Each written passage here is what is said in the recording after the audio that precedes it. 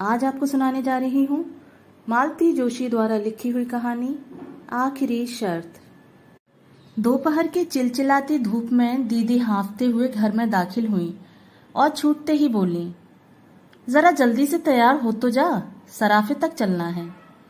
इतनी भी क्या जल्दी है, जरा बैठकर अपनी सांस तो सीधी कर लो, झपताल में चल रही है। चलने दो, अब 2 महीने तक मेरे पास इस मरी सांस के नखरे उठाने का समय नहीं है। अरे इतनी कम मोहलत दी है उन लोगों ने कि मेरा तो सोचकर ही दम निकलता जा रहा है। पता नहीं कैसे क्या होगा।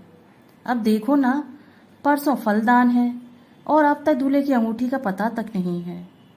पहेलियां तो मत बुझाओ दीदी, मैंने उनकी मेल ट्रेन को बीच में ही रोककर पूछा, ये तुम किसकी शादी की बात कर रही हो? लो और सुनो, दीदी ने तुनक कर कहा, मेरे कोई 10-5 लड़कियां हैं। मैं तो अवाक रह गई। बड़ी देर बाद मेरी आवाज फूटी, दीदी क्या सचमुच तुम मधु की शादी कर रही हो? क्यों, तुम्हें इतना ताज्जुब क्यों हो रहा है? दीदी ने त्योरी चढ़ाकर पूछा। मधु अब दूध पीती बच्ची तो रही नहीं, इस उम्र में तो मैं मधु की माँ बन गई थी। अब तभी तो 40 की होते होते सास बनने जा रही हो। खैर तुम अपनी बात रहने दो। तुम मधु की तरह स्कॉलर नहीं थी, तुम्हारे सामने कोई कैरियर नहीं था। लेकिन जरा अपनी बेटी के बारे में तो सोचो, उसकी प्रीलिम की परीक्षा सर पर है। इस हंगामे के बीच लड़की क्या खाक पड़ पाएगी? दीदी, तुम्हारी लड़की IAS की तैयारी कर रही है, तुमने क्या उसे मामूली BA MA का इम्तिहान समझ लिया है? अरे भाड़ में गया तुम्हारा IAS, तुम ही लोगों ने उसका दिमाग खराब किया हुआ है। अरे वाह, तुम्हारी गोल्ड मेडलिस्ट बिटिया की हौसला अफजाई भी गुनाह हो क्या? हर साल बेचारी मेरिट लाती रही है। ऐसी जहीन लड़की IAS न बनेगी तो और कौन बनेगा? हम तो बड़ी आशा लगाए थे कि अपने परिवार में भी कोई कलेक्टर बनेगी, और उस कलेक्टरनी के लिए हम कमिश्नर दूल्हा कहाँ से लाएंगे, यह भी सोचा है? तो क्या सिर्फ इसीलिए तुम इतनी ब्रिलियंट लड़की का कैरियर चौपट कर दोगी? यह तो अन्याय है दीदी। अन्याय नहीं, समझदारी है। एक बार करियर बन जाने पर क्या ये लड़कियां हाथ आती हैं? तब इनके पर निकल आते हैं। लेकिन दीदी, अब लेक्चर ही झाड़ती रहोगी या उठोगी भी? सारा मूड चौपट कर दिया। यह तो हुआ नहीं कि बधाई ही दे देती, घर भर के बारे में पूछताछ ही कर लेती। बस अपना ज्ञान बघाड़ने बैठ गई। छोटी बहनों का यही तो कर्तव्य होता है। एक मैं ही पागल थी जो धूप में भागी भागी यहाँ आई भाषण सुनने को। दीदी के तेवर देखकर मैंने चुपचाप अपना आक्रोश गटक लिया और कपड़े बदलने लग गई। मुश्किल से 10 मिनट लगे होंगे, लेकिन सड़क पर आने के बाद ध्यान आया कि दीदी का पारा अभी उतरा नहीं। वैसे उन्हें मनाना ऐसा मुश्किल भी नहीं था। मैंने बस थोड़ी सी उत्सुकता जताकर दूल्हे का पता ठिकाना पूछ लिया और दीदी का सारा गुस्सा उड़नछू हो गया। घंटे भर से वो जैसे इसी अवसर की प्रतीक्षा में थी। एक बार जो शुरू हुई तो बस बोलती ही चली गई। होने वाले दामाद की पूरी वंशावली मुझे सुना दी गई। फिर बड़े मनोयोग से उन्होंने यह बताया कि कितनी खोजबीन के बाद ये हीरा उनके हाथ लगा है। मधु ने पूर्व जन्म में बड़े पुण्य किए होंगे, नहीं तो इतनी बड़ी जगह की तो वे कल्पना भी नहीं कर सकते थे। कैसे कैसे धनी मानी लोग रिश्ते की आस लगाए बैठे थे। ढेर सा दान दहेज हर कहीं से मिल रहा था, पर लड़के ने मधु को देखा और बस सारे फोटो वापस कर दिए। यह दामाद प्रसंग पूरे रास्ते चलता रहा। प्रशंसा के लिए दीदी को जैसे शब्द ही नहीं मिल रहे थे, पर मेरा मन पूरे समय मधु में ही अटका रहा। बेचारी लड़की, भविष्य को लेकर उसने कैसे कैसे सपने बुने थे, सब धरे रह गए। हम लोगों ने भी उसके लिए बड़ी ऊंचाई की कल्पना की थी, पर सब व्यर्थ हो गई। अपनी पुश्तैनी दुकान से दीदी ने हीरे जैसे दामाद के लिए हीरे की अंगूठी खरीदी। एक बड़ी सी चांदी की ट्रे में भी रखी गई। मधु का सेट तो बनकर तैयार था। उसकी सास के लिए 3 तोले के मंगलसूत्र का ऑर्डर दिया गया।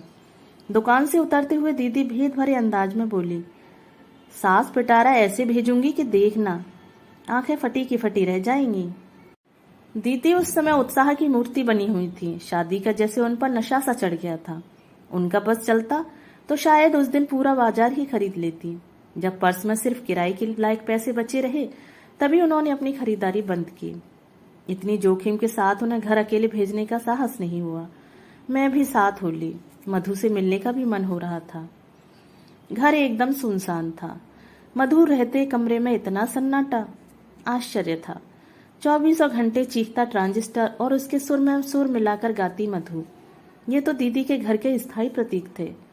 मधु घर में नहीं है, अपने कमरे में होगी, दीदी ने बताया और फिर एकदम याचना भरे स्वर में कहने लगी, तेरे हाथ जोड़ती हूँ कुसुम, उसके पास जाकर कुछ ऐसी वैसी बात मत करना, वह पहले ही मुंह फुलाए बैठी है। अब तुम उसके गुस्से को हवा मत देना। अपन साधारण लोग हैं बहन, बहुत ऊंचे सपने देखना हमें शोभा नहीं देता। दीदी, सपने देखने पर तो तुम प्रतिबंध नहीं लगा सकती, बाकी तुम अपने मन की कर रही हो। सपनों से जिंदगी नहीं चलती रे, क्या सभी सपने पूरे हो जाते हैं? अब इसी को ले लो, हर साल इतने लोग परीक्षा देते हैं, क्या सभी पास हो जाते हैं? फिर उसी आशा में उम्र बढ़ाने से फायदा? इतना अच्छा रिश्ता रोज रोज थोड़ी ही मिलता है। दीदी की बात में कोई खास वजन नहीं था, पर उनके स्वर का गीलापन मुझे छू गया। उन्हें आश्वस्त करके ही मैंने मधु के कमरे में पांव दिया। अपनी मेज के पास गुमसुम बैठी मधु सूनी आंखों से खिड़की के पार देख रही थी। सामने फ्रांस की राज्य क्रांति का इतिहास खुला पड़ा था, उसके पन्ने हवा में फड़फड़ा रहे थे। हेलो हनी, मैं उसे बाहों में भरकर बोली। तुम तो बड़ी छुपी रुस्तम निकली, चुपके चुपके सब तय कर डाला और हमें हवा भी नहीं लगने दी। उत्तर में मधु ने 2 बूंद आंसू टपका दिए। बस, धत पगली, ऐसे रोते हैं कहीं? मैंने उसे पुचकारते हुए कहा, पर मन जाने कैसा हो आया। दीदी, मधु तो रो रही है, मैंने दीदी के पास बैठते हुए कहा। शादी की बात सुनकर सभी लड़कियां रोती हैं। दीदी ने निर्लिप्त भाव से मुझे चाय का कप पकड़ा दिया। तुम भी रोई थी, हम भी रोए थे। तुम क्यों रोई थी, याद है दीदी? कॉलेज जाने का तुम्हारा अरमान मन में रह गया था। अम्मा बाबूजी ने कहा था कि तुम्हें बीए करा देंगे, तो हम लड़का कहाँ से लाएंगे? आज वही अन्याय तुम अपनी बिटिया के साथ कर रही हो। पीढ़ियां बदल गईं, पर हमारी मान्यताएं वहीं की वहीं हैं। हम उन्हें अम्मा बाबूजी कहते थे, बच्चे हमें मम्मी पापा कहते हैं। बस इतना ही फर्क आया है, बाकी सब वैसा का वैसा ही है। वैसा का वैसा कहाँ है? मेरी लड़की डबल एम ए है। मैंने जो सहा है उसका 10वां हिस्सा भी मैंने उसके हिस्से में नहीं आने दिया।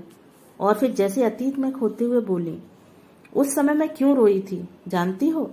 सगाई के बाद मेरा गाना बजाना छुड़वा दिया गया था। मेरी सास इसके लिए खास हिदायत कर गई थी। जब तक वह जीती रही मुझे कभी गुनगुनाने भी न दिया। अब तो खैर मेरी आवाज ही मर गई है। इसीलिए मैंने मधु को कभी नहीं टोका।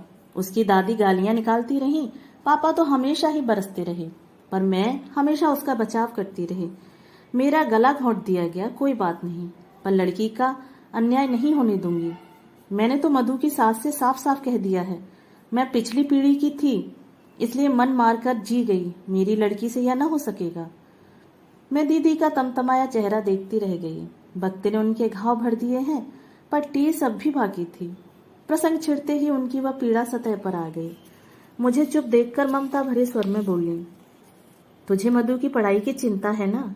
देख, भाग्य में विद्या होगी तो पढ़ ही लेगी। वैसे वे लोग बड़े समझदार हैं। अब रहने भी दो दीदी, शादी के बाद पढ़ना क्या होता है मुझसे पूछो। सारा घर जैसे आप पर पहरा देता है, एहसान जताता है, और अगर बदकिस्मती से कहीं फेल हो गए तो बस सारी जिंदगी ताने सुनते ही बीतती है। दीदी के घर से लौटते ही मन बेहद उदास था। उनकी मौन व्यथा का एकाएक साक्षात्कार हो जाने से मैं चौंक गई थी। अनजाने ही मेरे अपने ही कुछ घाव हरे हो गए थे, और इन सबसे ऊपर था मधु का आंसू भीगा चेहरा, जो किसी तरह आंखों से हटता ही न था। सच, अगर हमें अपने बच्चों के पंख कुतरने ही होते हैं तो पहले हम उन्हें आकांक्षाओं का आकाश देते ही क्यों हैं? घर में प्रवेश करते हुए डर रही थी कि सबके मुंह फूले होंगे। पड़ोस से चाबी लेकर घर खोलना न बच्चों को अच्छा लगता है न उनके पापा को। सबके स्वागत में मेरा दरवाजे पर मिलना जैसे जरूरी है। लेकिन घर में मौसम खुशगवार था, वातावरण से प्रसन्नता की महक आ रही थी। चलते समय दीदी ने जबरदस्ती एक मिठाई का पैकेट थमा दिया था। मिठाई और मधु की शादी की खुशखबरी एक साथ पाकर जनता और भी खुश हो गई। आश्चर्य तो तब हुआ जब श्रीमान जी भी मेरे सामने काजू की बर्फी का डिब्बा खोलकर खड़े हो गए। लो श्रीमती जी, तुम भी हमारी ओर से मुंह मीठा करो, तुम्हारी बिटिया भी झंडे गाड़ कर आई है। अच्छा, मैंने खुशी से डगमगाते हुए पूछा, क्या हुआ? ओ mummy, I am so happy today. मेरी षोडशी कन्या मेरे गले में झूल गई। अरे पहले मुझे बताओ तो कुछ। तुम्हारी बिटिया को मद्रास कला केंद्र की स्कॉलरशिप मिली है। किस लिए? भरतनाट्यम के, क्या कहते हैं उसे? हाँ, गहन प्रशिक्षण के लिए, एक्सटेंसिव स्टडी इन भरतनाट्यम। अब हमारी लाडो 3 साल तक मद्रास में रहकर बड़े बड़े महारथियों से प्रशिक्षण प्राप्त करेगी। ओ मम्मा, आई एम सो हैप्पी। शीतल फिर एक बार मुझसे झूलने को थी कि मैंने उसे सख्ती से अलग कर दिया और उसी सख्त लहजे में उसके पिता से पूछा, 3 साल तक मद्रास में रहेगी और इसकी पढ़ाई का क्या होगा? अरे भाई, पढ़ने के लिए ही तो जा रही है, बताया ना, गहन प्रशिक्षण के लिए जा रही है। अरे वाह, यह कोई पढ़ाई है?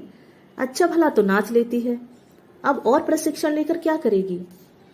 बीए एमए करके ही कोई क्या कर लेता है? जरा इस बात पर तो गौर करो कि 810 लोगों ने फॉर्म भरे थे, उनमें से केवल 10 को चुना गया है और उन 10 भाग्यशाली लोगों में तुम्हारी बिटिया भी एक है। कब भरे गए थे फॉर्म? किससे पूछकर भरे गए थे? आवेश से मेरा गला ही रुंध गया। इतना एक्साइटेड क्यों हो रही हो? इतना बड़ा कदम क्या वो अपने मन से उठाएगी? मैंने भरवाया था और शायद तुम्हें बताया भी था। गलत। मुझे बताया होता तो मैं कभी भी हाँ नहीं करती। मैंने तो इसे डॉक्टर बनाने का सपना देखा था। छी, मैं नहीं बनूंगी डॉक्टर। मुझे वह चीर फाड़ जरा भी अच्छी नहीं लगती। शीतल ने ऐसे मुंह बनाया जैसे उसे उबकाई आ रही हो। तुम्हें तो बस पैरों में घुंघरू बांधकर मटकना अच्छा लगता है, मैंने उससे भी बुरा मुंह बनाकर कहा। यह अच्छी जबरदस्ती है। शीतल के पिता सहायता के लिए दौड़ पड़े। अगर उसकी दिलचस्पी मेडिकल प्रोफेशन में नहीं है तो ना सही, दुनिया में और भी तो विद्याएं हैं कि बस नाचना ही रह गया है। पर मम्मा, इसमें बुराई क्या है? देखो, वे गंभीर होकर बोले, बच्चों पर अपनी पसंद नापसंद लादने के दिन अब गए। अब हमें उनकी रुचि का भी ध्यान रखना चाहिए। और कैसे ध्यान रखा जाता है? मैंने चिढ़कर कहा। इसके लिए हमने ट्यूटर रखे, महंगी पोशाकें सिलवाई, रियाज के लिए टेप रिकॉर्डर खरीदा। बच्चों के शौक के लिए हम कब पीछे हटे हैं, बल्कि अपनी हैसियत से कुछ ज्यादा ही करते रहे हैं। पर इसका मतलब यह थोड़े ही है कि सब कुछ छोड़कर इसी में जुट जाओ, रुपया भी फूंको और साल भी बिगाड़ो। देखो, शौक अपनी जगह है, कैरियर अपनी जगह है। डांस सिर्फ शीतल का शौक या हॉबी नहीं है कुसुम, वह इसे अपना कैरियर बनाना चाहती है। वाह, क्या बात है। कल को उसकी शादी भी करनी है कि नहीं? ये शादी की बात बीच में कहाँ से ले आई? क्यों, कुछ गलत कहा मैंने? कल को लड़के वाले पूछेंगे तो अपने पास कुछ जवाब देने को तो होना चाहिए ना, कि यही कह देंगे कि साहब लड़की पढ़ी लिखी है, बस नाचना जानती है। वह क्या कहते हैं, गहन प्रशिक्षण प्राप्त है। बहुत अच्छा लगेगा ना यह कहते हुए? कम से कम मुझे तो बुरा नहीं लगेगा। और इस बात को सुनने के बाद कितने लड़के शादी के लिए तैयार होंगे? तुम्हें संदेह क्यों हो रहा है? इसलिए कि मैं हिंदुस्तानी लड़कों की मनोवृत्ति को आपसे ज्यादा समझती हूँ। मैं जानती हूँ कि अपने को अत्याधुनिक कहने वाले युवक भी पत्नी को स्टेज पर नाचते नहीं देख सकते। कला की प्रशंसा करना एक बात है, कलाकार से शादी करना दूसरी बात। शादी शादी शादी, शीतल एकदम चीख पड़ी। बंद करो मम्मा, बोर हो गई हूं मैं। क्या लड़की के कैरियर की यही एक आखिरी शर्त है, शादी? ओह गॉड, हाँ, यही आखिरी और अनिवार्य शर्त है, मैंने कहा और दोनों हाथों से अपना चेहरा ढांप लिया। मेरी प्रगतिशीलता का नकाब किसी ने फाड़ कर फेंक दिया और मुझे अपने चेहरे पर शर्म आ रही थी।